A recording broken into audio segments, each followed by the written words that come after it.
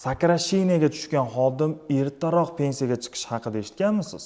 Qarang, fuqarolar davlat pensiya ta'minoti to'g'risida qonun bor va mana shu qonunning 14-moddasida yozilganki, agar ish hajmi qisqarganligi yoki korxona tugatilganligi ortidan ishdan ozod etilgan shaxslar agar ishsiz deb e'tirof etiladigan bo'lsa, 2 yil oldin pensiyaga chiqishi mumkin.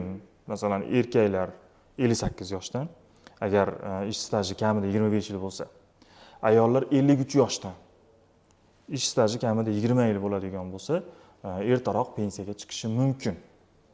Bu nimaga? Misol uchun aytaylik, o'zi endi pensiyaga yetib kelib qoluvdim, sakrasheniyaga tushib qoldim yoki mening korxonam yopilib ketib qoldi, men ishlayotgan ishxonam tugatilib ketib qoldi deydigan bo'lsa, masalan, juda ham bir achinarli holat bo'ladi, to'g'rimi?